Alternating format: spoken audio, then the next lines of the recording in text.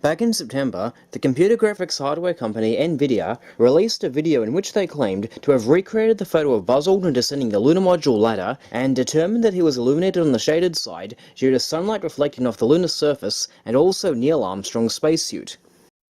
On October 2nd, I released a video showing that this claim was wrong.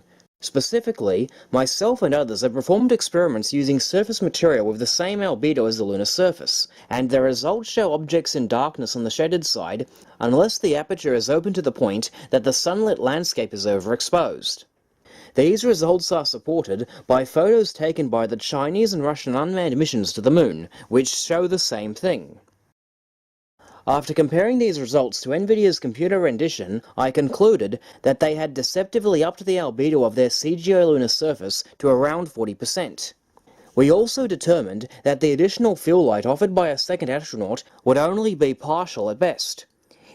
In the Apollo 12 EVA footage, which was also faked by the way, Pete Conrad has to stand right up next to the LEM ladder in sunlight to offer significant full lighting.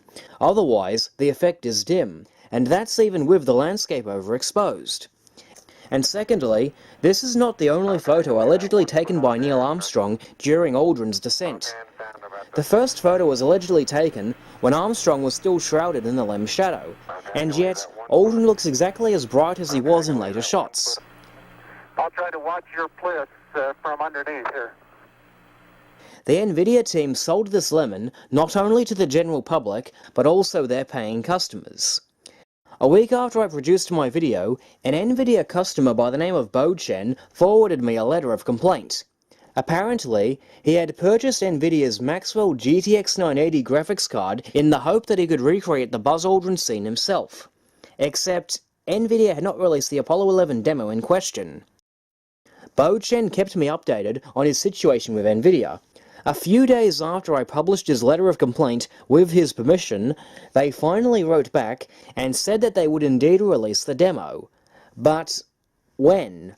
It wasn't until November 11, or nearly 2 months after they first hyped about their global illumination demo, that Nvidia finally made the demo available to the public. They even mentioned me in their blog. But some conspiracy theorists aren't buying it. One man has even used a cardboard box placed over asphalt and tiny models of the lander and an astronaut to recreate the landing. You can do better. More importantly, you'll have fun doing it. There's the poisoning the well fallacy again. It could also be argued that they have now resorted to the straw man fallacy, an argument based on a misrepresentation, or in this case, a poor representation of an opponent's position. The use of the box was to shelter the subject from the natural fill lighting provided by the blue sky. I also had one side of the box cut off so only sunlight would be allowed in. The reader is not told that in the blog. They also neglect to mention that the albedo of asphalt is the same as the albedo of the moon. The albedo value, which is the amount of light that's reflected into your eye basically from a surface, for the lunar soil is around like 12%. Not to mention the results of experiments by other individuals that arrived at the same results as I. Not to mention photos of the Soviet and Chinese spacecrafts that show their shaded sides in darkness. Not mentioning these results is a fallacy of omission. But the important thing is, we have the demo! Well, not exactly. As my computer lacks the graphics card required to play this demo, I sent the download link to Bo Chen and asked him to try it out. This was his feedback. There is no way to change the resolution. It is set below 1080p. Parentheses, I am not sure what is the resolution. Close parentheses.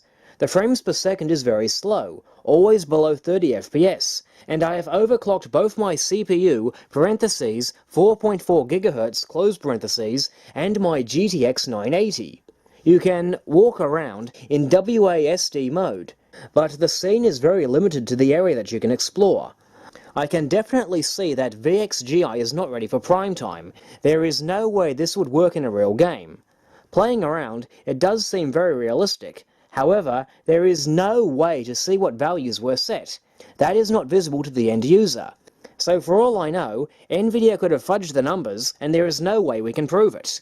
If the numbers were set correctly, then I don't see any inconsistencies, and it appears to be realistic and valid.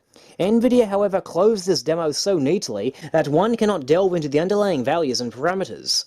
so they could still have very well done some funny monkey business.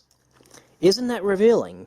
Since reflectivity is the key part of this discussion, one would have thought that the demo would have come with adjustable albedo settings for the landscape, astronauts, and other objects.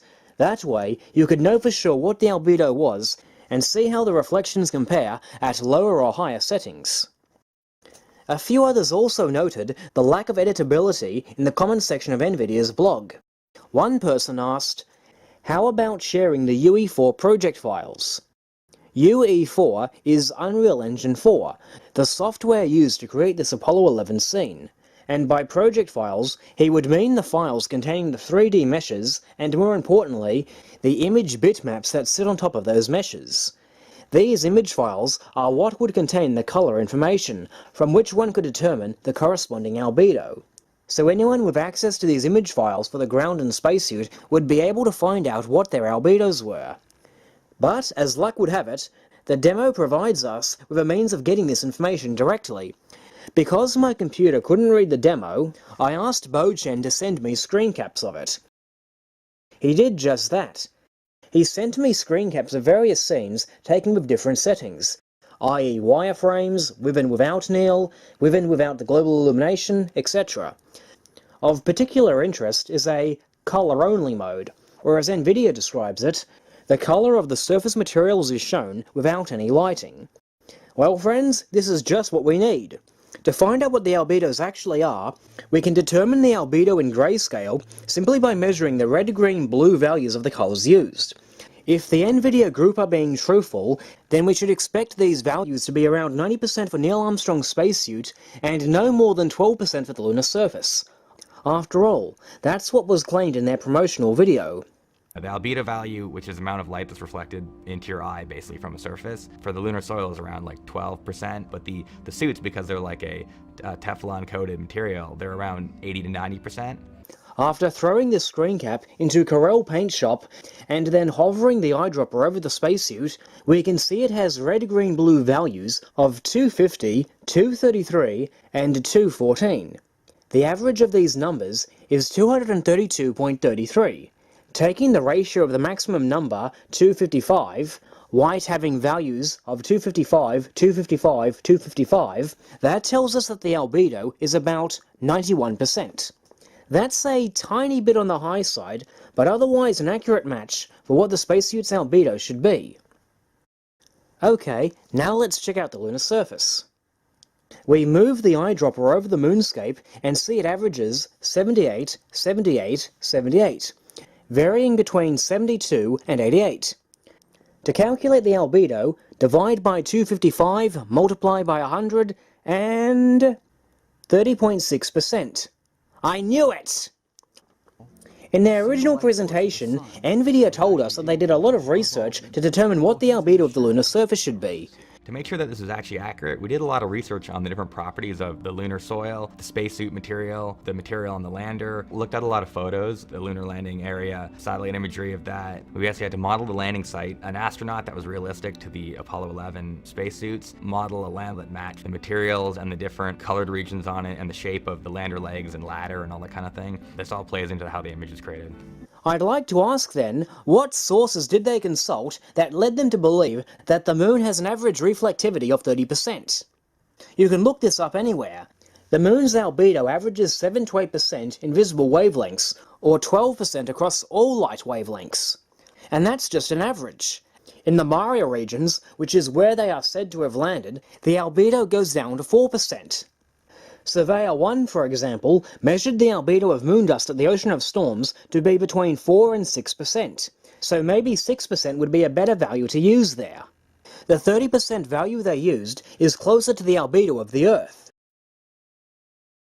It's also the albedo of Portland cement, which, perhaps not coincidentally, is what the Mythbusters said they used in their experiment. 8% is closer to asphalt, which is why I used it in my experiments. And as an aside, a few years ago, I purchased some NASA-approved JSC-1A lunar regolith simulant. As you can see, it's also very dark, much like asphalt.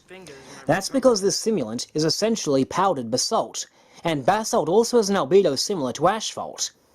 Hell, NASA even claims that the Sea of Tranquility was a basaltic region of the Moon.